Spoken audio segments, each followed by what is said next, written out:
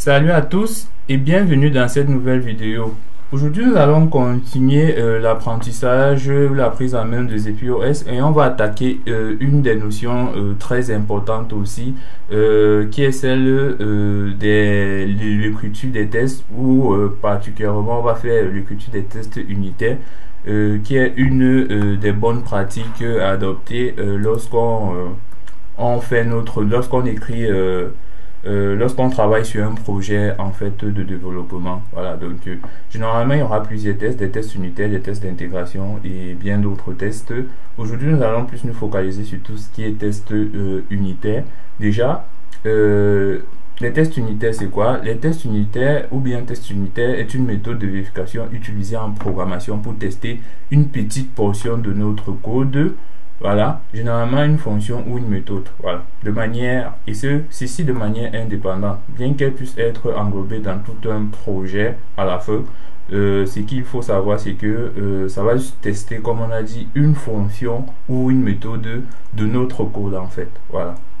Donc ceci c'est à quoi finalement? Ceci c'est à vérifier que chaque composant fait ce qu'il est censé faire, voilà, permet de détecter les erreurs rapidement dès qu'un changement est fait dans le code, voilà. Ceci va aussi permettre de rendre notre code plus fiable et plus maintenable puisqu'on détecte certainement des erreurs plus rapidement, voilà. Et ensuite, ça va aussi permettre la refactorisation de code sans vraiment tout casser. Parce que si on fait des erreurs, les tests unitaires vont nous montrer qu'on retourne peut-être plus la bonne fonction, on retourne plus forcément la bonne variable en fait. Voilà. Donc, voilà. Donc, ce que je voulais dire, c'est que imagine que tu sois en train de travailler sur un projet d'un système embarqué avec plusieurs collègues. Voilà. Un petit bug se trouve dans une fonction GPO UART. Voilà, ceci pourra te coûter des heures pour débugger et trouver le problème. Par contre, avec des bons tests unitaires, voilà, tu pourras déjà verrouiller et valider que non, il y a chaque brique de fonction ou de méthode qui marche avant de pouvoir empiler ton code sur d'autres fonctionnalités en fait. Voilà, donc c'est ça le but. Et comme je l'ai dit, à côté il y a la notion de test d'intégration. Voilà, donc le but ici est de valider le bon fonctionnement entre plusieurs modules ou composants, voilà, ensemble. Donc ça prend plusieurs composants, donc ça vise vraiment une interaction et ça sera logiquement plus complexe à mettre en place en termes d'écriture de code de test, voilà. Mais les avantages c'est que ça va détecter les problèmes de communication entre nos différents composants. Donc imaginez un projet où voilà, on transmet de la donnée via UART. Ensuite il y a la réception de ces données via le DMA, voilà, et après ces informations seront mises dans une file d'attente, voilà. Donc ceci montre que on peut vérifier chaque composant, l'UART, le DMA et la file d'attente, et ensuite tout ceci constituera ce qu'on appelle test d'intégration.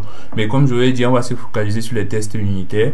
Et aujourd'hui, Zephy met en place le framework ZTest, ce qui va nous permettre de réaliser des tests d'intégration et des tests unitaires avec ce framework en fait. Voilà.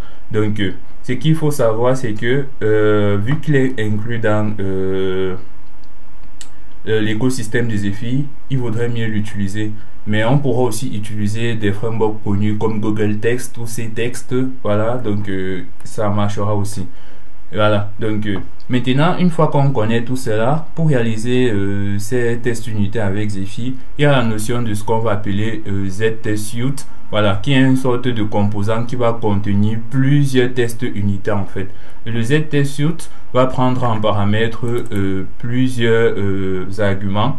Voilà, déjà le premier, ça sera le nom, et ce nom il est unique entre différents ZTestSuite, voilà, donc c'est important. Ensuite il y a un predicate, on va pas s'attarder là-dessus, généralement ce qu'on utilise c'est plus ça. Donc il y aura une fonction de configuration, voilà, donc qui sera applicable avant que l'ensemble des tests unitaires ne sont exécutés. Il y aura une fonction before, c'est-à-dire cette fonction sera exécutée avant que chaque test unitaire ne soit réalisé. Donc ensuite il y aura un after, voilà, qu'on pourra préciser. S'il n'y a rien, on précise la nulle, mais s'il y a des fonctions, là on pourra préciser le nom de ces fonctions là, quoi. Voilà, un peu comme ici on a mis là, donc ensuite il y a le teardown qui est une fonction qui va permettre par exemple de faire la déconnexion de tous nos périphes si on a terminé d'exécuter nos différents tests, mais c'est là après que tous les tests unitaires aient été exécutés. Voilà, donc les fonctions before et après, ce sont des fonctions qui s'exécutent avant et après chaque test unitaire. Voilà, donc il faut retenir ça. Ces fonctions-ci là, before et after, c'est entre chaque test unitaire, alors que setup et teardown, ce sont des fonctions qui s'exécutent avant et après que tous les tests unitaires ont été effectués. Voilà, donc une fois ceci dit, comment on peut l'utiliser déjà? Ce qu'il faut savoir, c'est quoi? C'est que écrire un test, c'est équivalent toujours à un projet Zephyr en fait.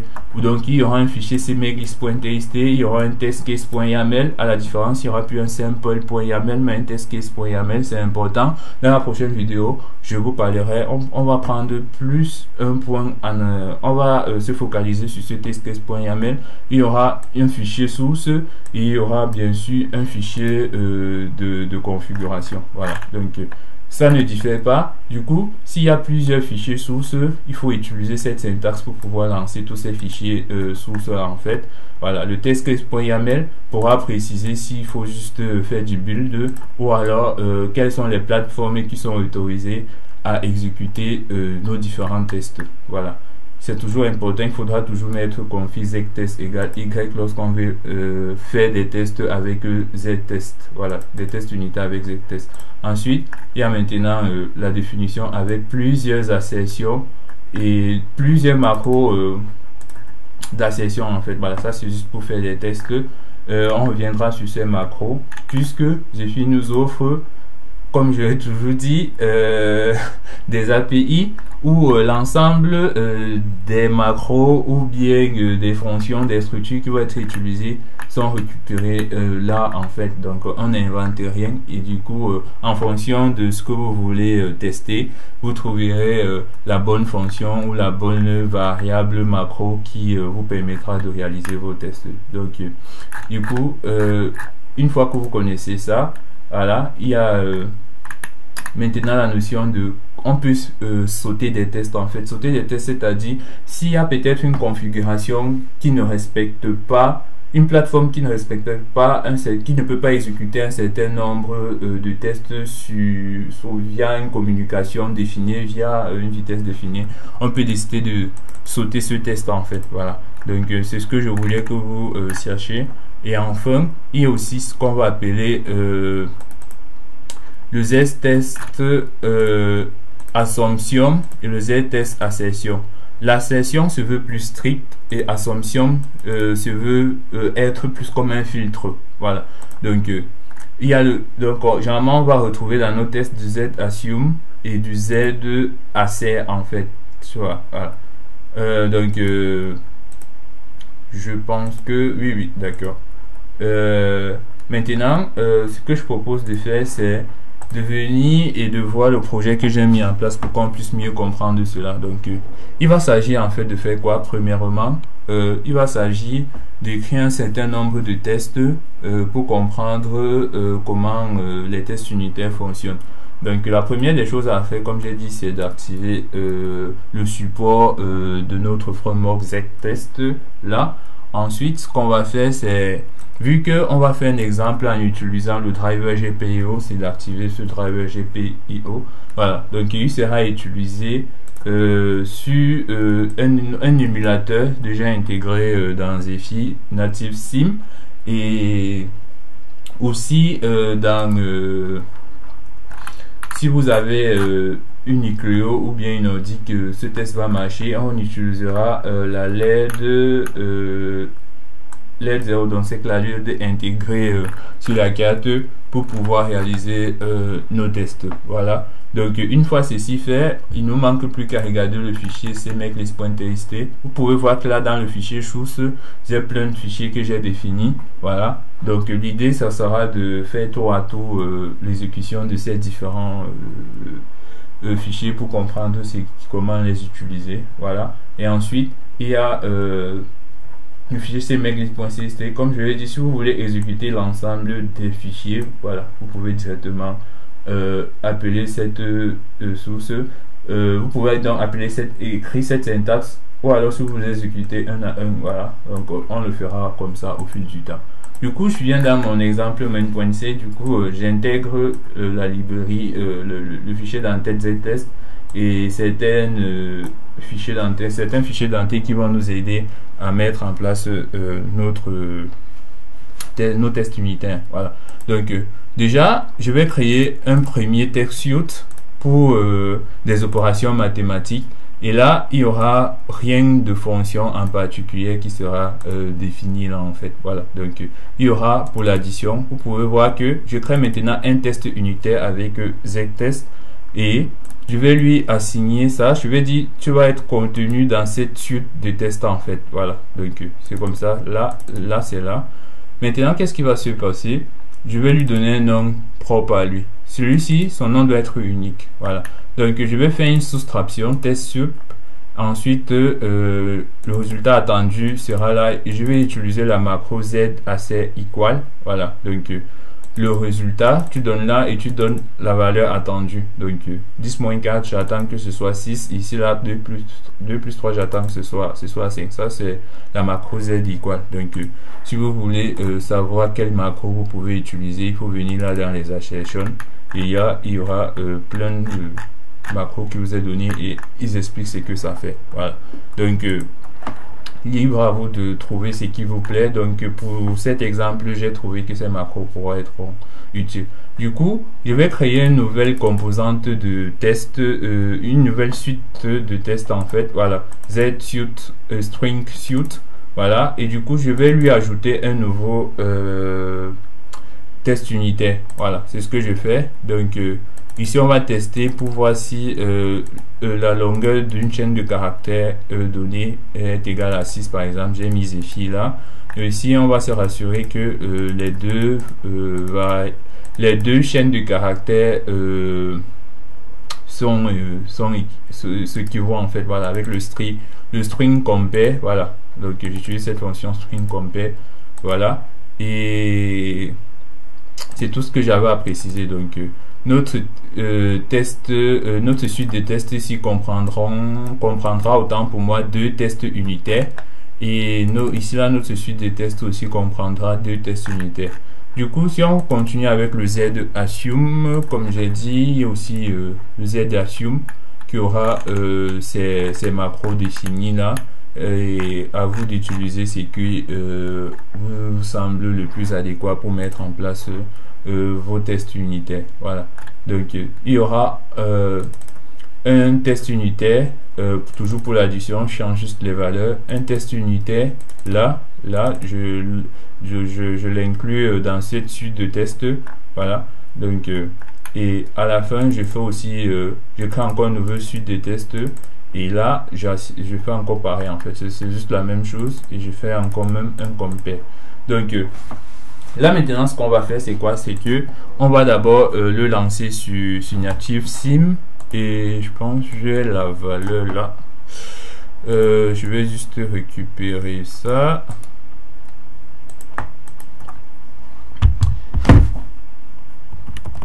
Et on va faire du build pour voir.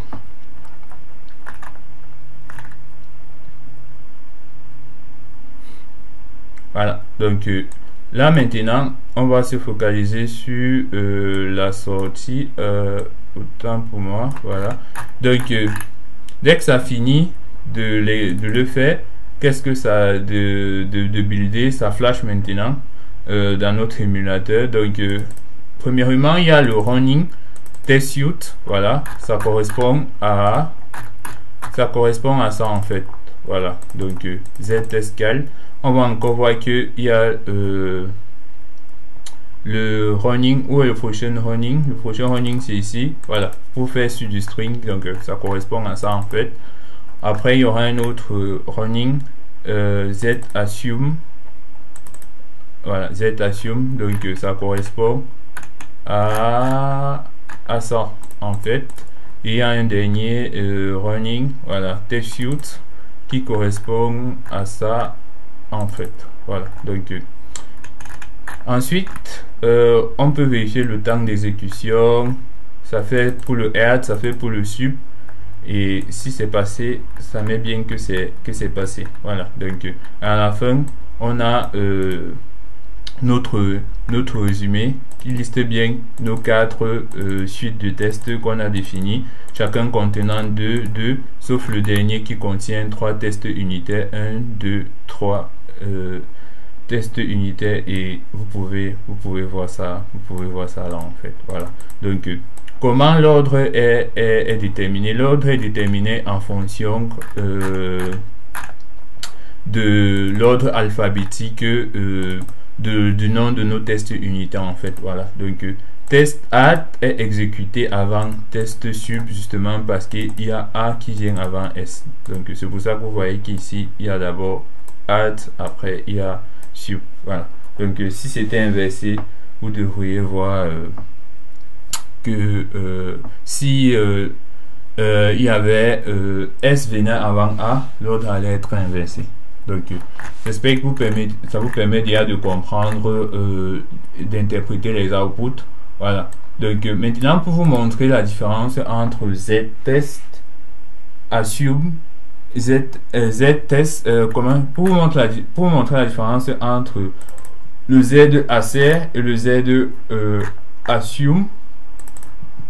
Ce qu'on va faire, c'est quoi? C'est que on va d'abord le faire sur le z-assume. Voilà, donc qu'est-ce que je vais faire? On va dire ça, je pense on va mettre du coup on va s'attendre à ce que la taille soit 6, pourtant on a entre un mot de 5. Voilà, je recommence. Logiquement on va s'attendre à ce que voilà, le test soit fail, mais pourtant ça a mis successful. Et qu'est-ce que vous voyez là? Ça a mis le skip en fait. Voilà, donc ça veut dire quoi? Z assume c'est plus comme un filtre. Voilà, donc si la condition n'est pas validée, il va plutôt skipper, il va sauter. Voilà, c'est ça la notion qu'il faut comprendre lorsque vous utilisez des Z assume. Par contre, maintenant si on remet comme ça devrait être, et que je viens là, je retire le R à Zephyr et je fais un Z assez équal. On va maintenant voir ce qui se passe. Donc je recompile, j'efface et je recompile sur notre natif sim. Une fois la compilation terminée, alors on se rend compte que quoi? Le test est fail. Pourquoi c'est fail? On se rend compte que dans notre test suite pour le string, on voit là que il n'a pas réussi le test unitaire pour la longueur. Vous voyez maintenant la différence entre z-assume et z-assert. Donc c'est ce que je voulais vous montrer là. Et maintenant pour terminer, ce qu'on va faire, c'est que on va l'exécuter sur notre Nucleo qui est connecté à mon PC. Donc c'est important que la carte soit connectée à notre PC. Voilà, donc là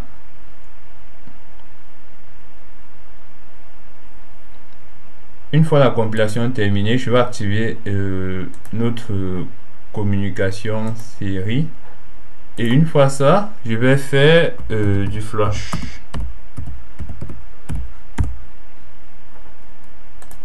Voilà, vous voyez que tout s'est bien passé, successful. On a bien nos 4 test suites, chaque suite contenant 2 tests unitaires à l'exception du dernier.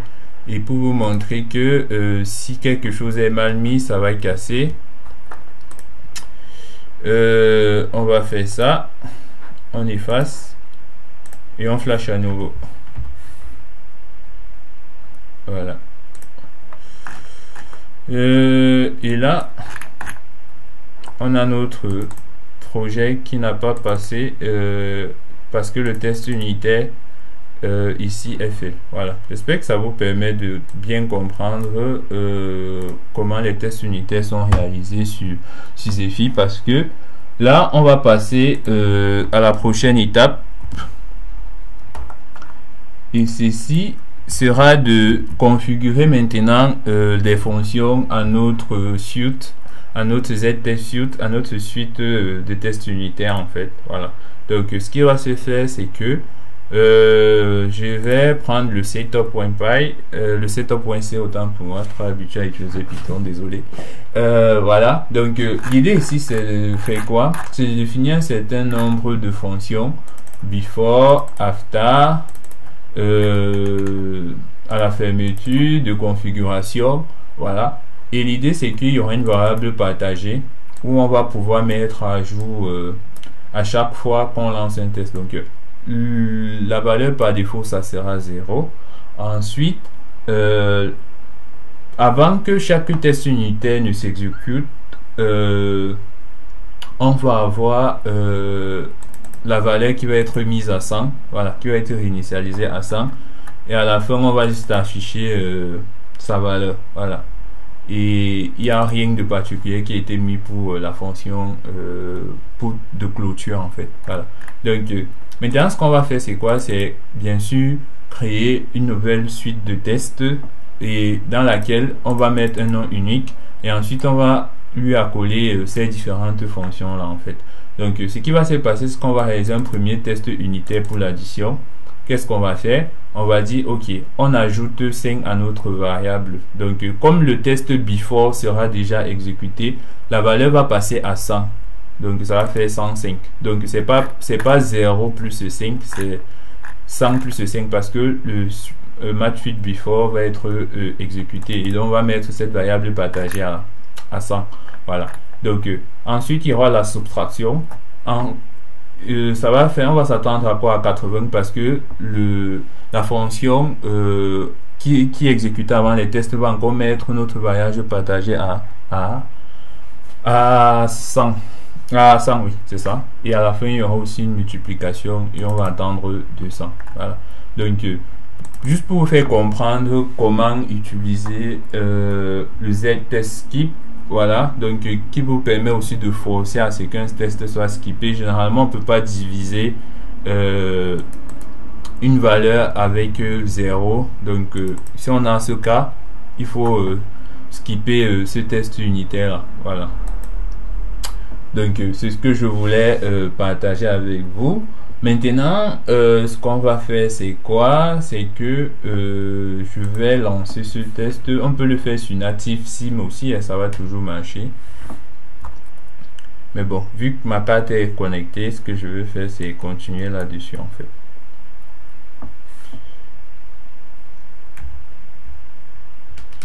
Je flash.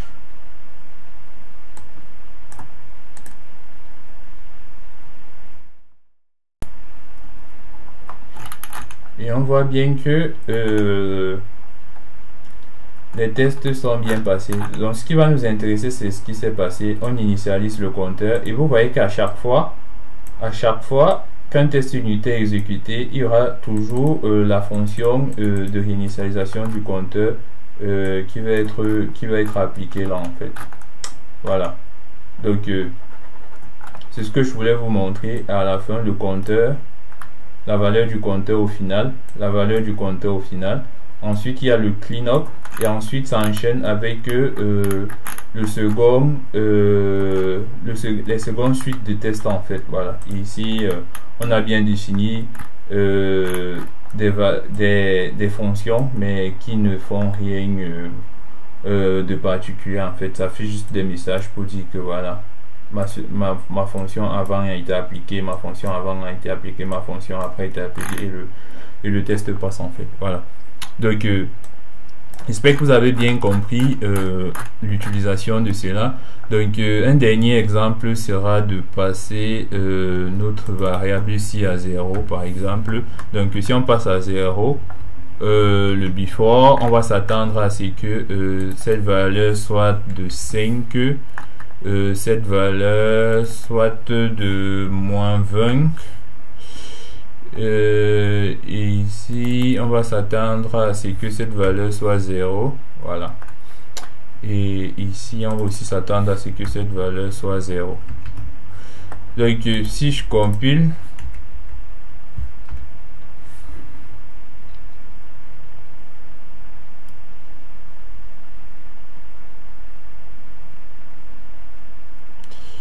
et je dois flasher.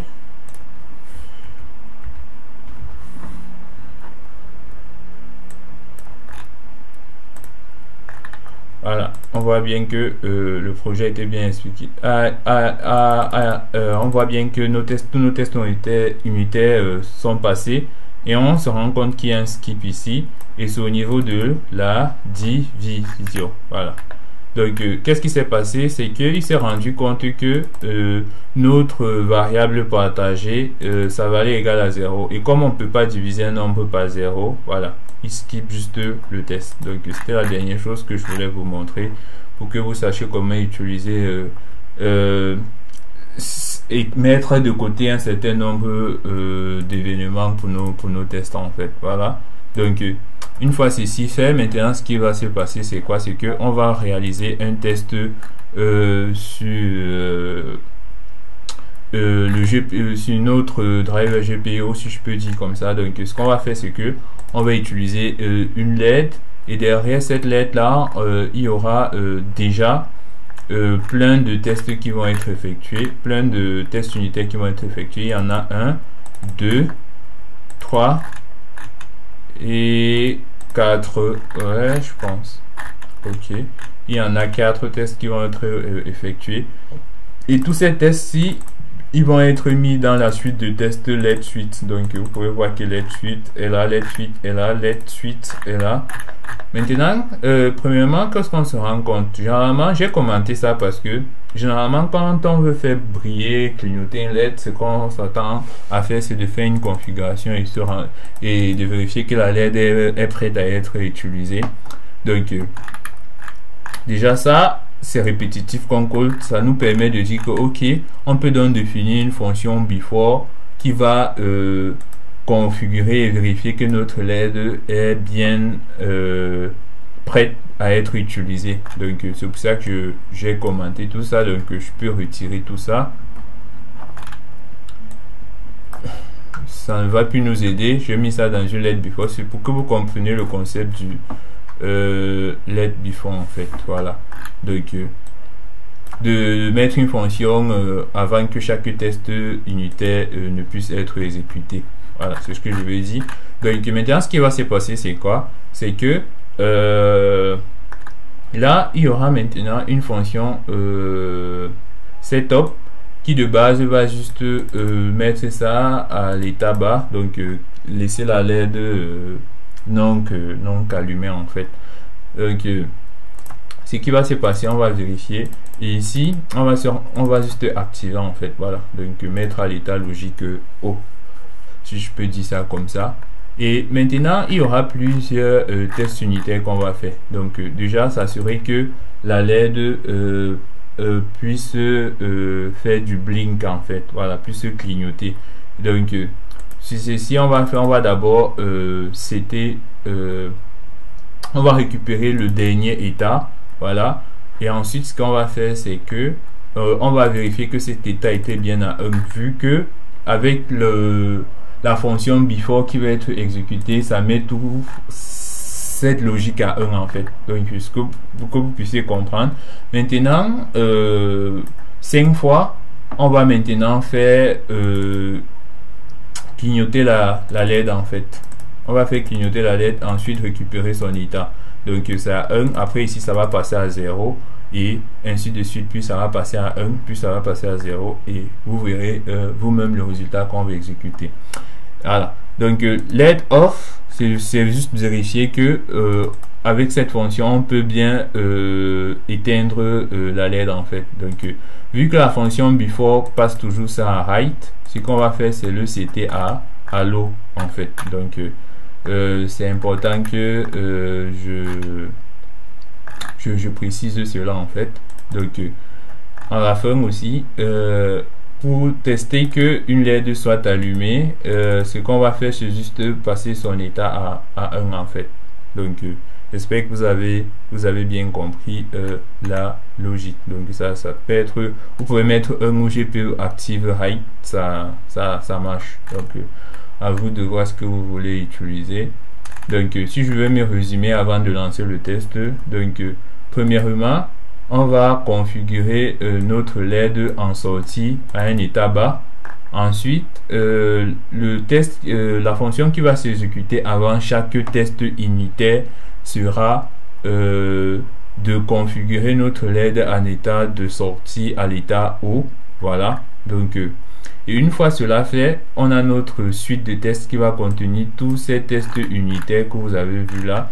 Il y aura un test unitaire qui va permettre de vérifier que on peut bien faire clignoter la LED, un test qui peut vérifier que on peut bien faire éteindre la LED, et l'autre qui va permettre de vérifier qu'on peut bien allumer la LED, et le dernier qui va permettre de vérifier que c'est bien que notre LED est bien connectée au pin 5 et que son, comment je vais dire, son périph c'est le GPIO-A. Voilà, donc le nom de notre périph c'est le GPIO-A, mais qui a cette valeur. Donc si je viens là, en fait GPIO-A, voilà, c'est bien son adresse là ici, et du coup on va se vérifier que c'est bien le pin 5. Voilà, c'est bien le pin 5 là qui est soumis. De base c'est à l'état haut en fait. Voilà, donc c'est ce que je n'ai que fait que configurer là. Et ensuite on va vérifier maintenant que sa valeur n'est pas nulle et que ses valeurs d'initialisation par exemple c'est bien à 0. J'espère que vous avez très bien compris cela. Maintenant ce qu'on va faire c'est quoi, c'est que on va venir dans notre fichier cmeclist, c'est led.gpio. donc on va désactiver l'ancien. Je le fais pas à pas pour que vous puissiez comprendre. Donc je vais builder.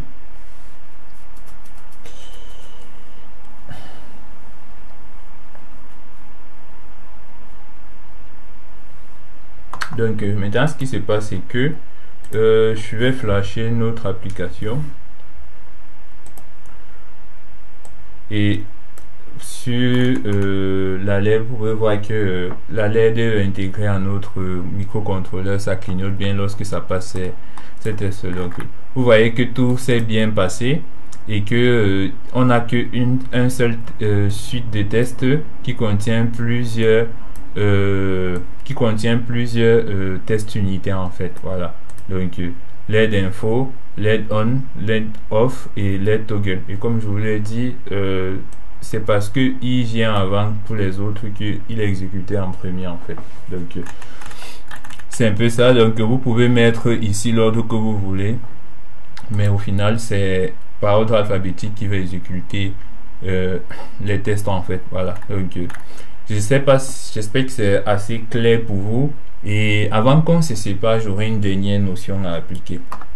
Donc si maintenant peut-être vous n'avez pas une carte sur laquelle vous pouvez tester, donc un hardware que vous pouvez rattacher directement à votre PC et tester, ou bien que vous voulez faire ça en intégration continue, faire ce test avec Native Sim là, il est dépourvu de GPIO et tout, mais comment faire pour réaliser cela avec Native Sim? Donc c'est là où le concept de, voilà, j'ai pas de GPIO forcément, comment je fais alors? C'est là où la notion de mimer un certain nombre de fonctions et de structures entre en jeu. Voilà, donc ce qu'il faut faire c'est définir un certain nombre de structures se basant pardon.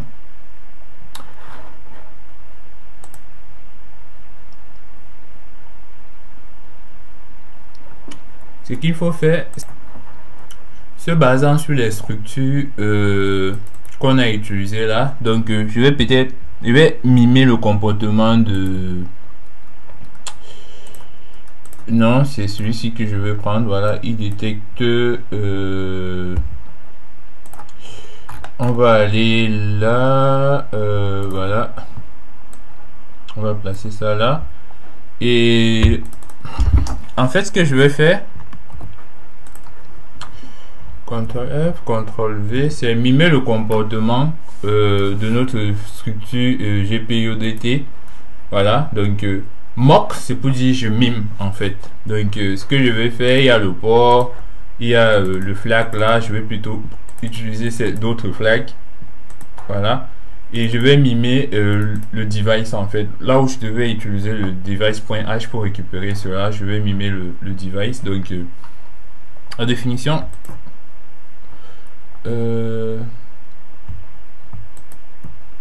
la définition de device, voilà, donc je vais plutôt mimer, je prends le nom, ensuite il y a les configs, les API que je vais utiliser, donc je peux même les commenter, ça ne va pas nous intéresser là, tout ce qui nous intéresse c'est le name qu'on utilise là en fait, c'est le name qu'on utilise là qu'on a besoin de récupérer, voilà, donc c'est pour vous montrer la logique en fait. Donc je mime et je définis moi-même par défaut la valeur de notre nom en fait. Ensuite je vais récupérer le device que j'ai mimé là et je vais la coller là en fait. Donc vous pouvez voir, j'ai créé j'ai créé une structure de type device mock et je la colle là pour respecter un peu ce qui a été fait là en fait. Voilà, donc vous pouvez voir que c'est un peu une palpable copie là de ce qui a été fait là et voilà. Donc maintenant ce que je vais faire c'est quoi, il y a ces fonctions qui sont utilisées, GPIO getDT, GPIO ping getDT, voilà, tout ça je vais les simuler et je vais donner une définition pour allumer LED. Qu'est-ce que je vais faire, je vais juste changer l'état de celle qui existait déjà dans mon GPIO-DT en fait. Voilà, j'espère que vous comprenez un peu la logique.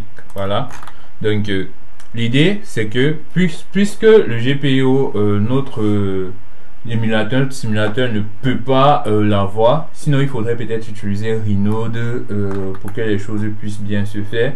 Voilà, donc l'idée c'est de vraiment simuler un certain nombre de fonctions comme ça là. Donc on aura toujours notre LED suite setup, notre LED suite before qui est défini exactement comme on aura pu le voir ici là et qui fait la même chose mais plutôt sur un simulateur. Voilà, donc les fonctions sont les mêmes. Tout est vraiment identique, mais à la seule différence c'est que ici on l'exécute bien sur une cible hardware alors qu'ici c'est sur un émulateur. Donc avec toutes ces fonctions et structures qu'on a mimées.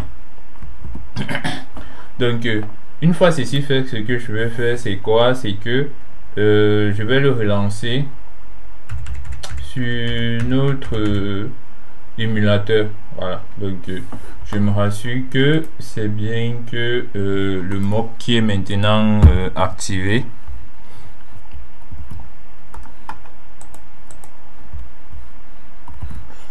Voilà, et ce que je vais faire,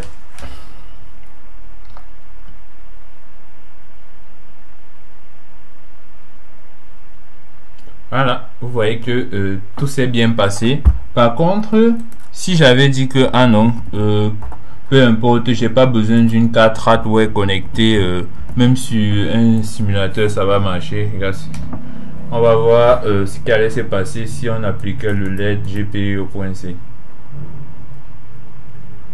Voilà, vous voyez que il n'y a qu'un seul test let off qui est passé, sinon le reste tout est fait justement parce qu'on a besoin de certaines informations qui viennent réellement des informations de notre carte en fait qui est contenu dans le DTS. Voilà. Donc j'espère que ceci est assez clair pour vous et que cela vous permettra de réaliser des tests, que ce soit sur une target, une carte cible, hardware cible présente, ou que ce soit sur un émulateur en fait. Voilà, comme Native Sim pour cet exemple. Donc on refait et normalement tout va bien se passer.